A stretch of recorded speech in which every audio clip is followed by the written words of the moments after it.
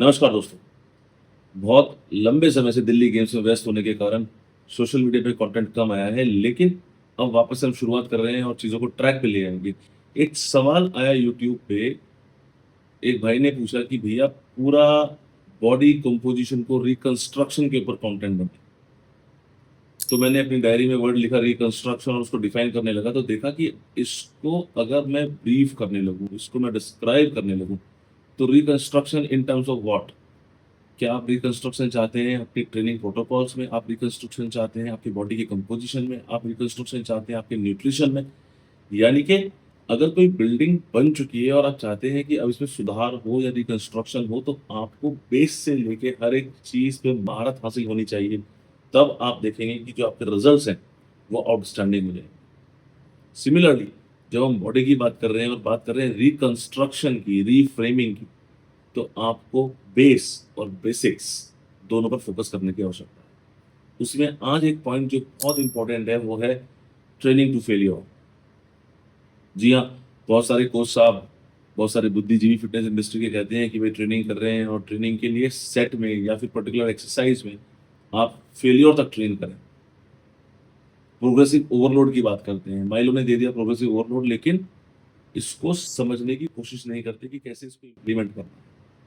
सवाल ये उठता है कि अगर आप ट्रेनिंग कर रहे हैं फेलियर तक, या फिर आप कुछ रेपिटेशन छोड़ देते हैं। मान लीजिए कि आपका फेलियर आ रहा है 10 रिपिटेशन पे और आप 6 पे, 8 पे, 7 पे रुक जाते हैं। तो क्या आपको जो डेवलपमेंट ऑफ स्ट्रेंथ है या फिर जो आपका मस्कुलर डेवलपमेंट होना है, उसमें इज़ाफ़ा नहीं मिलेगा?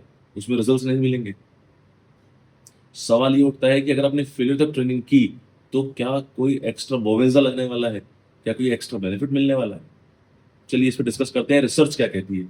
तो रिसर्च कहती है कि जो लोग कह रहे हैं कि training to failure is good for the development of strength, muscle और योर एबिलिटी, ये बात यहीं खत्म नहीं हो जाती। और अगर आप ट्रेनिंग कर रहे हैं फेलियर तक, तो कोई एक्स्ट्रा बेनिफिट नहीं मिलने वाला। 2022 में रिसर्च हुई जिसमें देखा गया कि अगर आप फेलियर तक ट्रेनिंग कर रहे हैं, तो चांसेस ऑफ इंजरी बढ़ जाते हैं और कोई ऐसा एक्स्ट्रा ऑर्डिनरी डेवलपमेंट देखने को नहीं मिलता।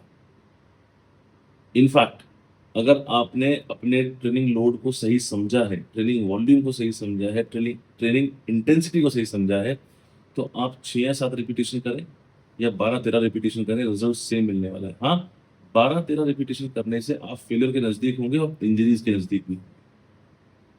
फेलियर की जब बात आती है तो ट्रेनिंग अगर 30% ऑफ मैक्सिमम लोड पे हो रहा है, यानी कि आपका जो भी 1 आरएम है, उसके लगभग 30% लोड को आप लेके अगर फेलियर तक जाते हैं, तो डेफिनिटली आपको कुछ सूदिंग डेवलपमेंट्स देखने को मिल सकते हैं।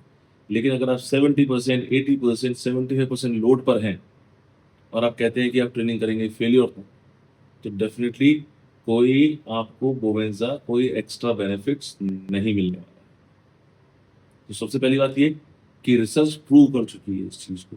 दूसरा जो इम्पोर्टेंट पॉइंट है वो ये है कि इंक्रीज़ फटीग। इंक्रीज़ फटीग का मतलब क्या है? कि जब आप फेलियर तक ट्रेन करेंगे, ऑफ कोर्स जो पेरिफेरल फटीग है, वो आपका बढ़ जाएगा। साथ ही साथ जो आपकी मसल्स का डैमेज है, वो बढ़ जाएगा। अगर मसल्स का डैमेज बढ़ गया और पेरिफेरल फटीग बढ़ गया, यानी कि उस पर्टिकुलर ऑर्गन में जो सेंसेशन आना है, जो न्यूरॉन्स को एक्टिवेट होना है, जो इनर्वेट को फोकस करते हैं, वो डिस्टर्ब हो गए, तो इंजरी के चांसेस बढ़ गए। और ये एक बहुत बड़ा फैक्टर है कि आपने जो रेजिस्टेंस ट्रेनिंग प्रोटोकॉल अपने लिए बनाया है, वो इफेक्टिव है कि नहीं है, ये आपको फटीग से मालूम चल जाता है। तो ऐसा वर्कआउट क्यों करना जिसमें फटीग के चांसेस बढ़ जाएं, जिस कारण से आपकी मसल डैमेज हो जाए या फेरिफेरल फटीग उस लेवल पे आ जाए कि आप प्रॉपर्ली मसल को एक्टिवेट ना कर पाए, एंगेज ही ना कर पाए। लास्ट और सबसे इंपॉर्टेंट फैक्टर जो रिसर्च में निकला, वो निकला इम्बैलेंसेस इन दी हार्मोनल सिक्रीशन। जी हाँ, अगर लोड ऑप्टिमल है, प्रॉपर लोड आपने इस्तेमाल किया, तो डेफिनिटली बॉडी के अंदर एनाबॉलिक एक्टिविटीज बढ़ जाती है, कैटाबॉलिक एक्टिविटीज कम हो जाती है।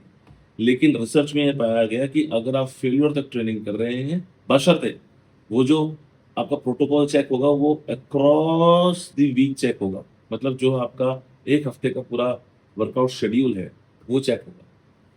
तो इसमें कुछ और बारीकियाँ भी हैं, अगर आप चाहेंगे तो उनको डिस्कस किया जा सकता है। लेकिन मोटे तौर पे अगर समझें तो ये कि अगर आप फेल्योर तक ट्रेनिंग कर रहे हैं हर बार, तो जो एनाबॉलिक एक्टिविटी है, यानी कि IGF-1 का जो सिक्रीशन है, वो घट जाएगा, डिक्रीज़ हो जाएगा और कैटाबॉलिक एक्टिविटीज़ बॉडी के अंदर बढ़ जाएँगी, यानी कि IGF-BP आपकी बॉडी में बढ़ जाएगा। आशा करता हूँ कि आपको एक मोटे तौर पे अंदाज़ा मिल गया होगा कि अगर आपको कोई कह रहा है कि फेल्योर तक ट्रेनिंग करनी है, तो कैसे वाइज़ली चूज़ करना है। आप कुछ रिपिटिशंस को अपने खेमे में रोक लें, फेल्योर तक ट्रेनिंग ना करें और देखेंगे कि आपको बेस्ट रिजल्ट्स मिलेंगे। आशा करता हूँ कि हमारा चैनल आपको सही इन्फॉर्मेशन साझा कर रहा होगा और अगर आपको लगता है कि हम सही प्रकार से आप तक पहुँच पाते हैं, तो हमारे चैनल को ज़रूर सब्सक्राइब। Thank you. जय हिंद, जय भारत।